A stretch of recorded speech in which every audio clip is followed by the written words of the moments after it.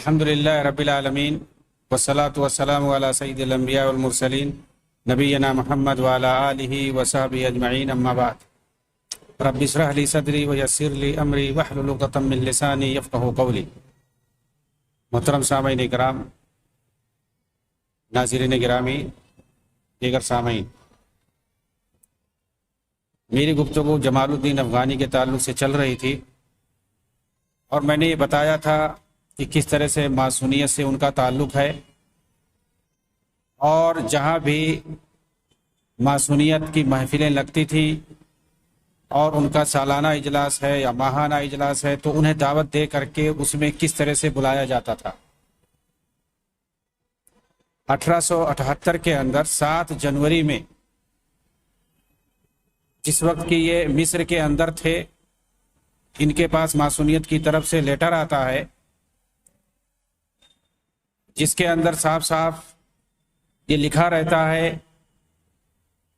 کہ آپ کا ہمیں انتظار ہے شدت سے، اور اس کے اندر ہدایات رہتی ہیں کہ کس کس انداز میں آپ کو آنا ہے، کس طرح کا کپڑا پہننا ہے، کس نشانی کے ساتھ آنا ہے، وہ ساری چیزیں اس کے اندر موجود رہتی ہیں۔ اس لیٹر کا عکس آج بھی موجود ہے۔ اب اس خطاب کی روشنی میں جو لیٹر ان کو ملا ماسونیت کی طرف سے، اس تعلق سے مصطفیٰ غزال نے اپنی کتاب دعوت و جمال الدین افغانی کے اندر صفحہ 173 پر لکھا ہے کہ ماسونیت کے لیے عمدہ صفات کا استعمال کرنا، جیسے اخوان الصفا، خلان الوفا، مقدس اجلاس جو خطاؤں سے محفوظ ہے، پاک اجتماع، قابل فخر اجتماع، گویا کوئی آسمانی شریعت ہو ان کی نظر میں۔ انہوں نے جو لیٹر دیا ماسونیت کو اور ان کی طرف سے جو ان کے پاس آیا، ان کے اندر بعض ماسونی رموز اور نشانیوں کا استعمال ہوا ہے، جیسے قادوم کا حصول، پھاوڑے کی طرح ایک آلہ جسے سربراہی کے وقت حاصل کیا جاتا ہے، سیاہ لباس، ٹائی اور سفید کاز بٹن کے اندر۔ دوسرے خطاب میں یہودی علامتیں بھی پائی جاتی ہیں، بالخصوص عبرانی سال اور مہینہ، جیسا کہ محمد حسین نے اپنی کتاب الاسلام والحضارہ المدنیہ کے اندر الاسلام والحضارۃ الغربیہ کے صفحہ 860 میں لکھا ہے، اور دکتور عبد الرحمن عمیرہ نے اپنی کتاب المذاہب المعاصرہ وموقف الاسلام منہا کی صفحہ 27 میں ذکر کیا ہے۔ انہوں نے لکھا ہے کہ دائرۃ المعارف الیہودیہ کے اندر یہ ذکر ہے کہ ماسونیت اپنے سارے رموز اور علامات وہی استعمال کرتی ہے جو یہودیوں کے یہاں ہیں۔ چنانچہ اسکاٹ لینڈ کے سارے ماسونی اجلاسوں اور خطابوں کے اندر انہی سارے رموز اور علامتوں کو پاؤ گے، حتیٰ کہ ابجدی حروف اور تاریخ بھی عبرانی میں استعمال کرتے ہیں۔ چنانچہ یہاں اس خطاب کے اندر ماہ جنوری کے لیے جنایو کا لفظ استعمال کیا گیا، اور یہودی سال 5878 کا استعمال کیا گیا، جو یہودیوں کے یہاں نوری سال ہے، یعنی 40 صدی قبل مسیح۔ اس کے لیے آپ پوری حقیقت دیکھ سکتے ہیں، حقیقت البابیہ والبہائیہ۔ پر اسراریت ماسونیت کی پہچان ہے۔ چنانچہ آپ ملاحظہ کریں گے کہ پہلے خطاب میں جمال الدین کابلی، دوسرے میں جمال الدین حسینی لکھا ہے۔ آخر لقب کو کیوں بدلا گیا؟ اور کیا کابلی نسبت ہے افغانستان کی راجدھانی کابل کی طرف، یا یہودی فرقہ کابالہ کی طرف، جس کے یہاں مختلف علوم و فلسفہ اور جادو و طلسم کا رواج پایا جاتا ہے؟ کہا جاتا ہے کہ ماسونیت دراصل یہودیوں کے اسی پراسرار فرقہ جو کہ کابلہ سے جانا جاتا ہے، اسی کی نئی شکل ہے، جس کی طرح جمال الدین کی نسبت کی گئی ہے، جمال الدین کابلی۔ اس پر عمان سے چھپنے والے میگزین الشریعہ کے اندر سلسلہ وار اسرار اور حرکہ الماسونیہ نکالا گیا تھا، جس میں پوری تفصیل موجود ہے۔ عمان جو کہ اردن کی راجدھانی ہے، الشریعہ میگزین کے اندر دیکھیں گے تو اسرار الحرکہ الماسونیہ کے نام سے معصونیت کے تمام اسرار اور رموز کو تفصیل سے اس میں بتایا گیا ہے۔ معصونی تنظیم کا ایک رازدار کاتب ہوتا ہے جس کا تعلق سارے ارکان سے ہوتا ہے۔ دوسرا یہ کہ یہ کاتب جمال الدین سے اپنے اس جملے سے مخاطب کر رہا ہے، ہماری طرف سے اخوت بھری محبت قبول کرے، جس سے پتہ چلتا ہے کہ کس طرح معصونیت کے ساتھ جمال الدین کا اخوت بھرا تعلق تھا، اور یہ کہ جمال الدین نے مصر کے اندر معصونیت کی جس شاخ کو کھولا تھا اس کا تعلق عالمی یہودی معصونیت سے ہے۔ جیسا کہ توفیق الطویل نے کہا ہے، افغانی نے مصر کے اندر جس معصونی تنظیم کی شاخ کھول رکھی تھی اس کے اندر تمام ادیان کے لوگ آ کر ان سے ملاقات کرتے تھے آزادی کے مسئلے میں۔ اس کی تفصیل آپ دیکھ سکتے ہیں الفکر العربی فی 100 سنہ، الروتاری فی قبض الاتهام، اور اسی طرح سے مصطفیٰ فوزی غزال کی کتاب جس کے اندر انہوں نے تفصیل سے لکھا ہے کہ معصونیت کی تعلیمات الحاد و کفر کی طرف دعوت دیتی ہیں، اسی لیے اس کے اندر مختلف ادیان کے لوگ پائے جاتے ہیں، لیکن ان میں وہی شخص بڑا منصب اور مقام پا سکتا ہے جو سارے ادیان کو رد کر دے۔ اوس خوری اپنی کتاب تبدید الظلام او اصل المعصونیہ، اس کتاب کی صفحہ 4 کے اندر یہ لکھتے ہیں، عرب قوم اب سمجھ چکی ہے کہ معصونی کافر ہوتا ہے کیونکہ وہ ایسے افکار کا حامل ہوتا ہے جو دین اسلام کے خلاف ہوتے ہیں۔ چنانچہ کوئی بھی مسلمان اگر معصونی ہو جائے تو وہ ملت سے خارج اور مرتد ہو جاتا ہے، اس کا قتل واجب ہے۔ کتاب اسرار المعصونیہ نے سب کی آنکھیں اس وقت کھول دی، لیکن کون اس کے خلاف کچھ کر سکتا ہے کیونکہ بڑی بڑی شخصیتیں اس کی تائید کرتی ہیں۔ عالمی معصونیت انگریزوں اور فرانسیسیوں کے تابع ہوتی ہیں۔ ایسی شخصیتوں کے بارے میں تفصیلی جانکاری کے لیے آپ دیکھ سکتے ہیں المعصونیہ فی المنطقہ، اور اسی طرح سے الروتاری فی قبض الاتهام ابو اسلام احمد عبداللہ کی۔ یہ حال تھا جمال الدین افغانی کا، تو پھر آخر ان کے شاگردوں کا کیا حال ہوگا؟ اس پر عربی کا یہ مقولہ صادق آتا ہے، البعرۃ تدل علی البعیر والاثر يدل علی المسیر، میگنی اونٹ پر اور قدم کے آثار چال پر دلالت کرتے ہیں۔ نیز یہ شعر بھی صادق آتا ہے، وَمَن يَكُنِ الْغُرَابُ لَهُ دَلِيلًا يَمُرُّ بِهِ عَلَى جِيفِ الْكِلَابِ، جس کارواں کا رہبر کوا ہو وہ ضرور کتوں کی لاشوں سے گزرے گا۔ تو یہ حقیقت تھی جمال الدین افغانی کے بارے میں، جس کو میں نے اختصار سے پیش کیا ہے۔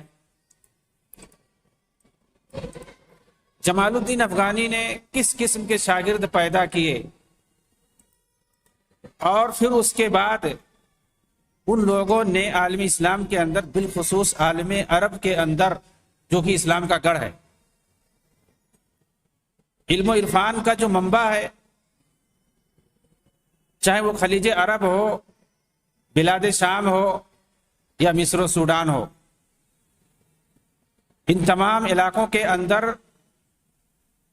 انہوں نے کس طرح سے اپنے شاگردوں کو بکھیر رکھا تھا، اور ان کے بعد کس طرح سے ان لوگوں نے دین کے نام پر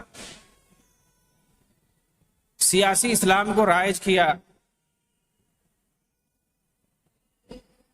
معصونیت کو پھیلایا، الحاد اور اباحیت کا رواج دیا۔ چنانچہ آپ صرف محمد عبدہ کو دیکھ لیں، جنہوں نے بظاہر دین کا لبادہ اوڑھ کر افغانی کی معصونیت کے سہارے مصر کے اندر الحاد پھیلانے کا بیڑا اٹھایا۔ دوسری طرف سعد زغلول کو دیکھ لیں، سعد زغلول جنہوں نے سیاست میں معصونیت پھیلانے کا بیڑا اٹھایا۔ 1907 کے اندر انگریز وائسرائے لارڈ کرومر نے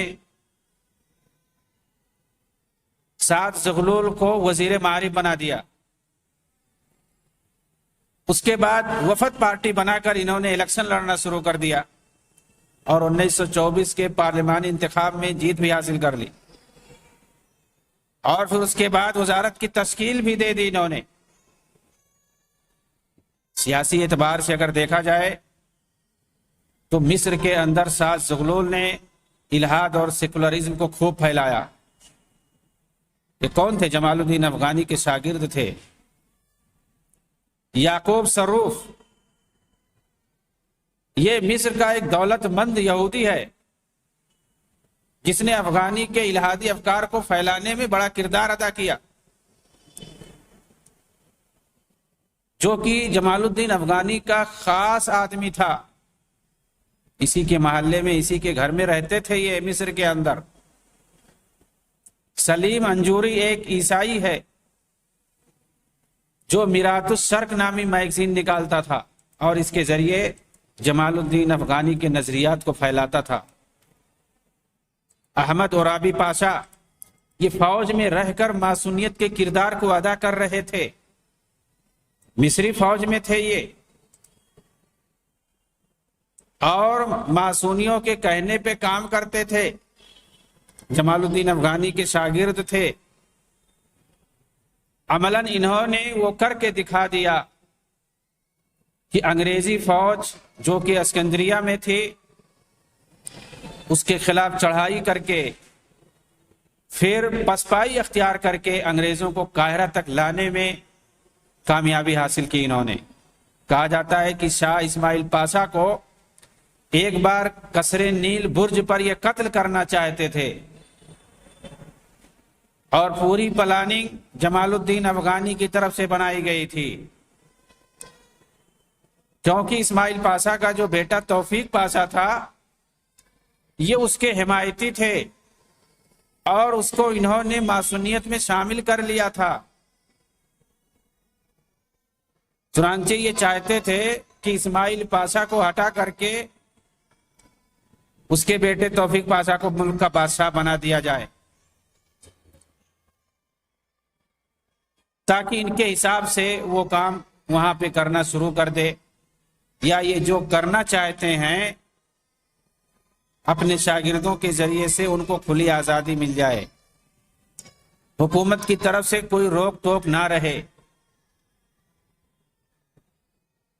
مسلم حکمرانوں کے ساتھ، مسلم حکومتوں کے ساتھ، مسلم فوج کے ساتھ ان لوگوں کا یہ کردار تھا کہ یہود و نصارہ سے مل کر کے ان کی خفیہ تنظیموں میں داخل ہو کر کے یہ لوگ مسلم حکومتوں کے درمیان، مسلم ممالک کے درمیان کس طرح کا کردار ادا کرتے تھے، نصیر الدین طوسی اور ابن القمی جیسا. اب یہاں سوال پیدا ہوتا ہے کہ آخر حسن بنا کا جمال الدین افغانی سے کیا تعلق تھا؟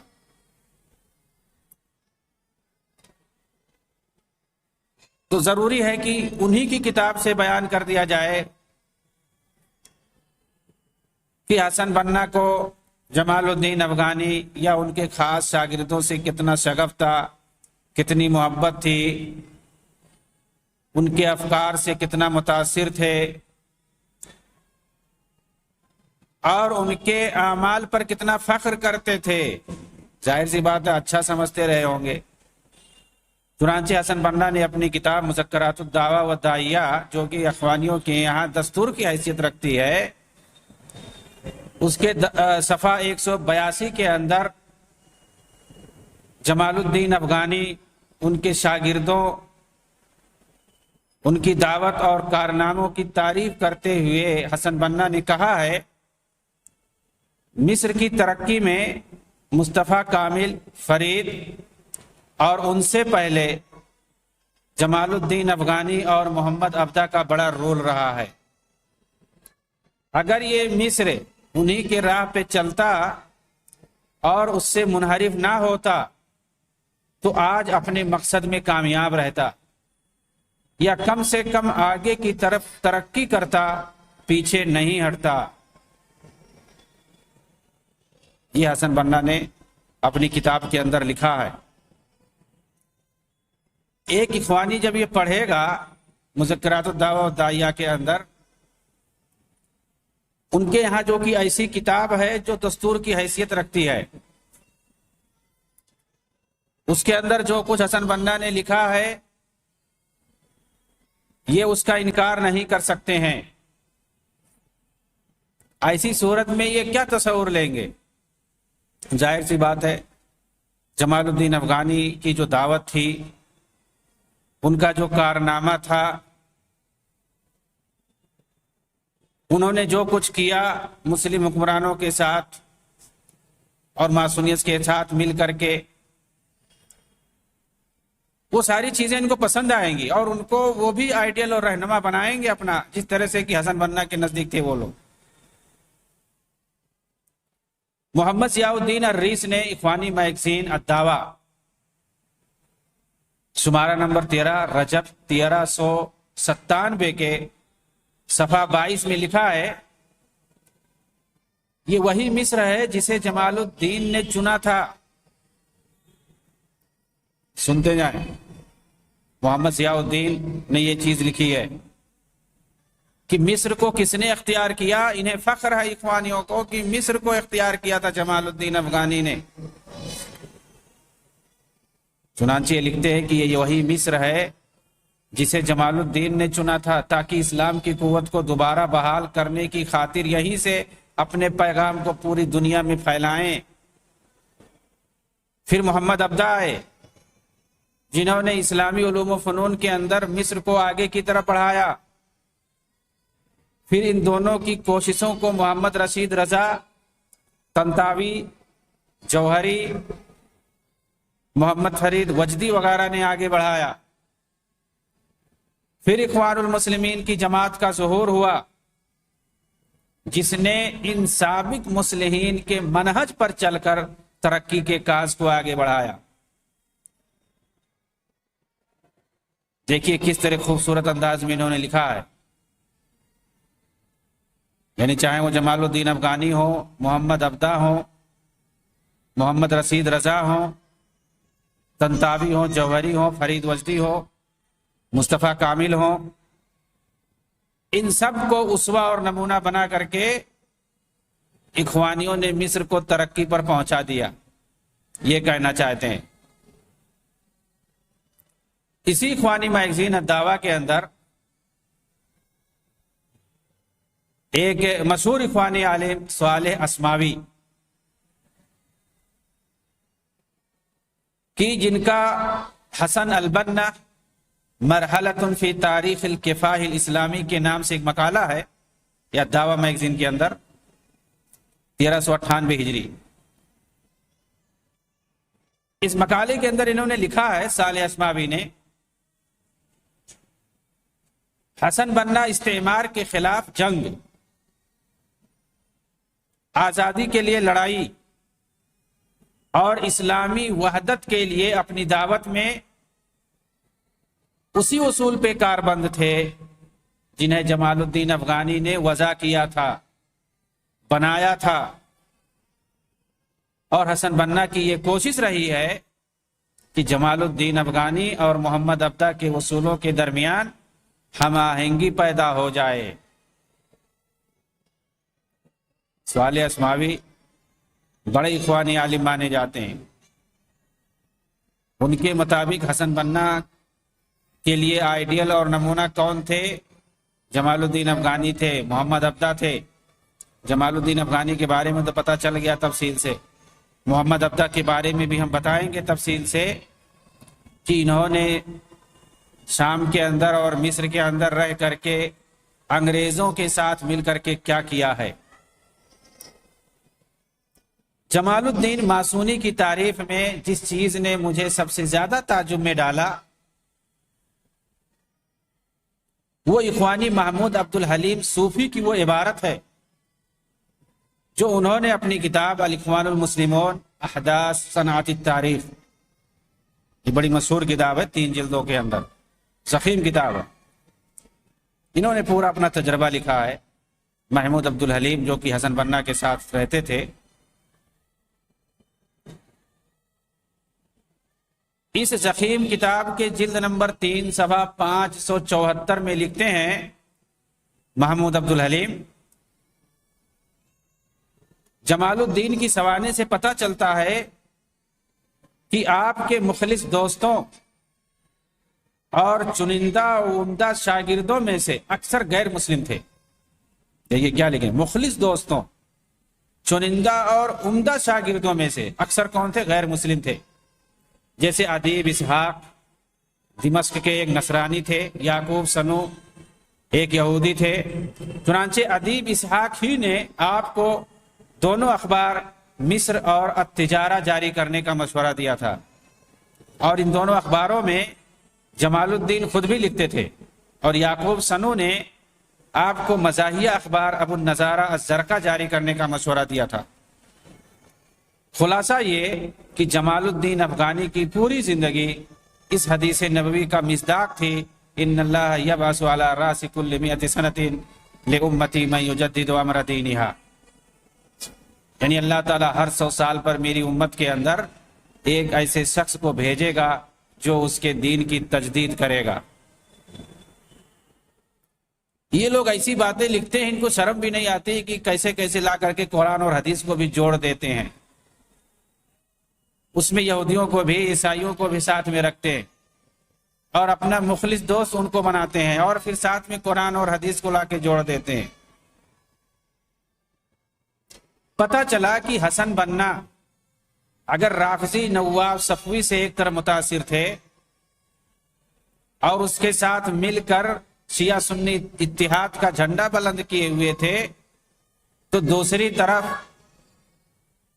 بابی رافضی جمال الدین افغانی کے دعوت سے بھی متاثر تھے، جو مصر کے اندر 1871 کے اندر آئے تھے، اور انہی کے تلامذہ کے زیر سایہ حسن بنا نے تعلیم حاصل کی تھی.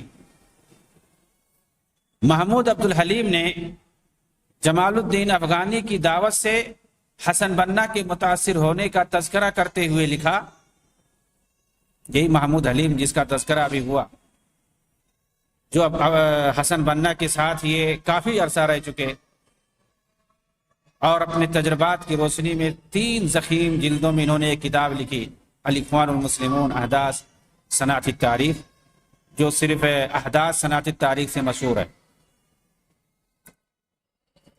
چنانچہ یہ جمال الدین افغانی سے کس طرح سے حسن بنا متاثر تھے، اپنے انداز میں یہ لکھ رہے ہیں. اخوانی دعوت 2 دعوتوں کا احاطہ کیے ہوئے ہے،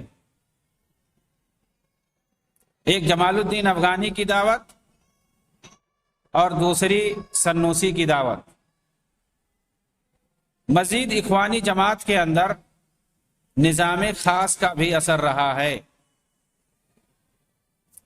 ابھی نظام خاص کیا ہے اس کی بھی تفصیل بتاؤں گا تو آپ سمجھ پائیں گے کہ نظام خاص کیا ہوتا ہے، حیران ہوں گے. اس طرح ایک درویش اور ایک دور اندیش شخص جب حسن بنا اور جمال الدین افغانی کے افکار کا مطالعہ کرے گا تو سمجھ میں بڑی آسانی سے آ جائے گا کہ دونوں کے یہاں خروج و بغاوت کے اندر کس طرح کی یکسانیت پائی جاتی ہے. لوگ کہتے ہیں کہ اخوانیت کے اندر یہ جو خروج و بغاوت اور تکفیر کی جو جراثیم پیدا ہوئے یہ سید قطب کے بعد آیا، ایسا بالکل نہیں ہے. یہ چیز حسن بنا کے اندر خود پائی جاتی تھی، اور انہوں نے یہ چیز جمال الدین افغانی وغیرہ کی تعلیمات سے سیکھا تھا. جیسا کہ ابھی گزرا کہ کس طرح سے وہ اسماعیل پاشا کو مارنا چاہتے تھے، قتل کروانا چاہتے تھے. کیوں؟ اس لیے کہ وہ اس سے متفق نہیں تھے، اور اس کے بیٹے توفیق پاشا سے انہوں نے رسم و راہ بنا رکھی تھی، یہاں تک کہ اس کو معصونیت کا رکن بنا دیا تھا، اور اپنا کافی اثر ڈال رکھا تھا اس پر، اور چاہتے تھے کہ یہ جلدی سے بن جائے ملک مصر کا بادشاہ. ظاہر سی بات ہے وہی چیز ان کے اندر بھی تھی. تو یہ غلط ہے کہ اخوانی جماعت کے یہاں جو فروج و بغاوت کے جو جراثیم پائے جاتے ہیں یہ سید قطب کے زمانے کے بعد ہوا. ایسا نہیں. آپ یہ کہہ سکتے ہیں مزید بڑھ گیا لیکن یہ چیز پہلے سے پائی جاتی ہے. عوام کو حکومت کے خلاف کر کے سیاسی مقاصد حاصل کرنے کا جذبہ موجود تھا دونوں کے یہاں، بلکہ دونوں اس فن میں ماہر سمجھے جاتے تھے.